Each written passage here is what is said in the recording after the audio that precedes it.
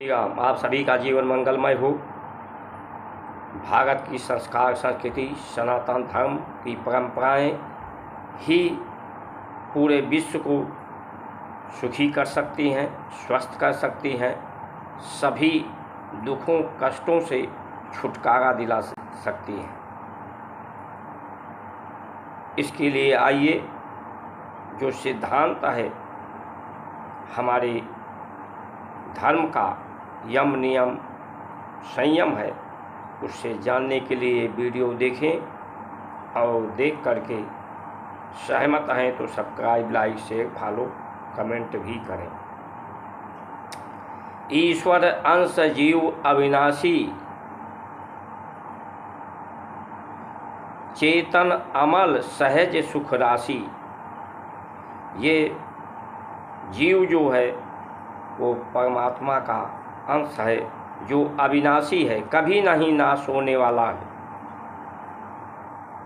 इसमें चेतना को अमल में लाया जाए, चेतना पैदा किया जाए तो सहज ये सुख की राशि बन सकता है। परमात्मा जो प्राण के स्वरूप में है, ईश्वर के स्वरूप में है। ईश्वर प्राण ही ईश्वर है, प्राणेश्वर, प्राणपति। उस प्राण को सोख करके, धारण करके सामर्थ्य और शक्ति, विवेक, प्रतिभा को जागृत किया जाए। उस प्राण को की गति को में संतुलन हो, गति भी हो और प्राण की गति में स्थिरता हो, स्थिर हो प्राण, प्राणों को मथा जाए, इसी को भंजन कहते हैं। भजा जाए, मंथन किया जाए तो इसमें प्रकाश पैदा होता है, सामर्थ्य पैदा होता है, शक्ति पैदा होती है। उस शक्ति सामर्थ्य का सदुपयोग पूरे जगत की सहायता करने के लिए किया जाए, सबको जोड़ने के लिए किया जाए, क्योंकि जगत सृष्टि का जो आधार है वो सहायता ही है। अंतरिक्ष सहायता करता है प्रकृति की, प्रकृति सहायता करती है धरती की, धरती सहायता करती है जीव की, ब्रह्मांड सहायता करता है अंतरिक्ष का, ब्रह्म सहायता करता है ब्रह्मांड का। तो सब सहायता और ये तत्वों का योग, अनेक तत्व जो तत्व हैं, इन तत्वों का योग, योग से योगिक क्रिया, क्रिया गति से, गति के कारण होता है। तो सबको जोड़ा जाए, योग होता है और क्रियाएं समाप्त होने पर योग और वियोग होता है।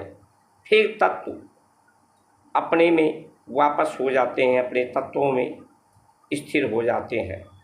ये गति संसार का नियम गति है।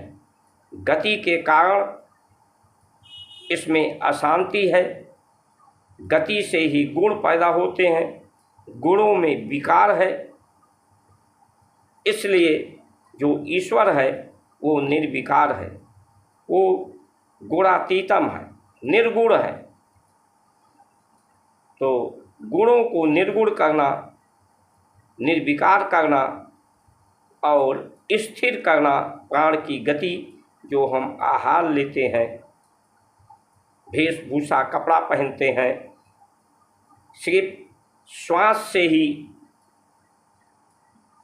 की गति से ही उस ऊर्जा सामर्थ्य को न धारण करें जो त्वचा के माध्यम से, रोम छिद्रों के माध्यम से शरीर अधिक से अधिक खुला रहे, या कपड़े इस तरह का हों जो बिना सिलाए पहनते थे ऋषि हमारे, सूती कपड़े हों, कोमलांगों को ही ढका जाए ताकि प्रकाश, आकाश, वायु का स्पर्श हमारे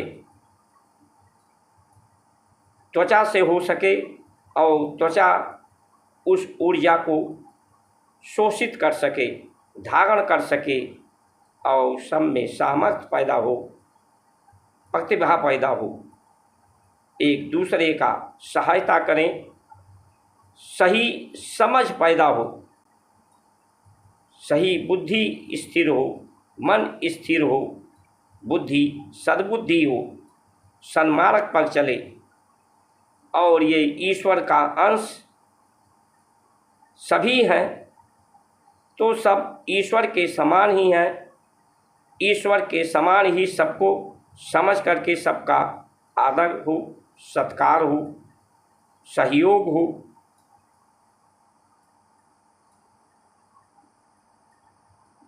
जीवन की ज़रूरतें ज़्यादा नहीं हैं सुखी रहने के लिए। जो घास फूस की झोपड़ी थी जिसमें ये प्रकाश, आकाश छन कर आते थे, वेशभूषा, भाषा इस तरह का था जिससे सामर्थ्य, ऊर्जा को सोखा जा सके सहजता से, सरलता से। धरती उस शक्ति को धारण कर सके, सोख सके, जल को, प्रकाश को, वायु को, आकाश को, तेज को, जिससे धरती की क्षमता बढ़े। और यही जब धरती नहीं सोखती है, धरती सोखे, उससे जो पेड़ पौधे वनस्पति हैं उस ऊर्जा को सोखें, धारण करें और उससे फल, वृक्ष, छाया दे करके सहायता करें। और जब ये धारण करने की स्थिति नहीं रहती है, उसको सामर्थ्य को लोग सोख नहीं पाते, तो यही ऊर्जा वापस होती है वायुमंडल में और आपस में गति करके अतिशय गर्मी पैदा करती है, अतिशय ठंडी पैदा करती है, असंतुलित बरसात देती है।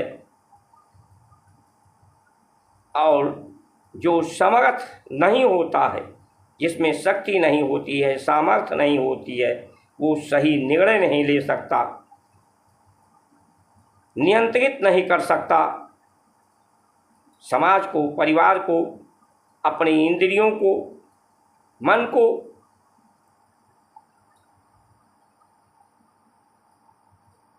आज जो भी घटनाएं हो रही हैं, अप्रिय घटनाएं, चाहे दुर्घटना, सड़क दुर्घटना से, बीमारियों के कारण, आपसी संघर्ष के कारण, युद्ध के कारण, भ्रष्टाचार, अनैतिकता के कारण,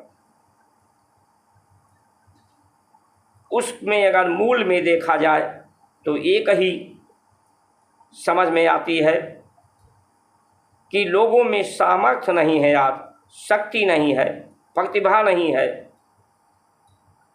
सही समझ नहीं है, सही निर्णय नहीं है लेने की, नियंत्रण करने की क्षमता नहीं है।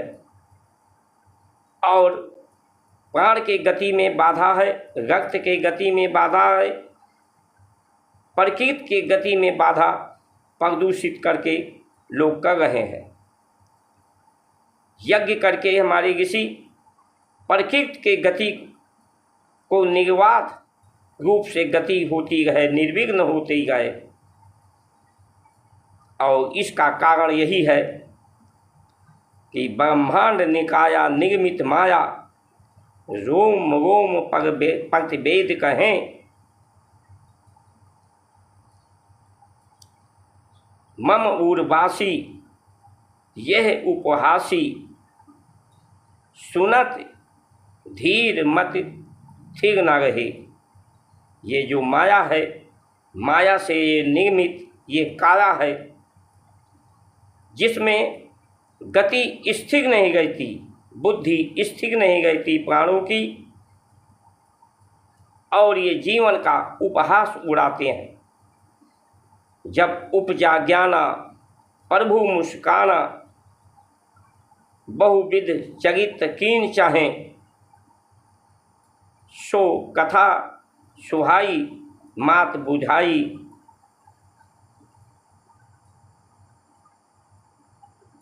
यही प्रकार सुत सुख लहे प्रेम लहे। तो ये जो ज्ञान प्रकाश शरीर में पैदा होता है, तभी प्रसन्नता सुख प्राप्त होता है, शांति प्राप्त होती है।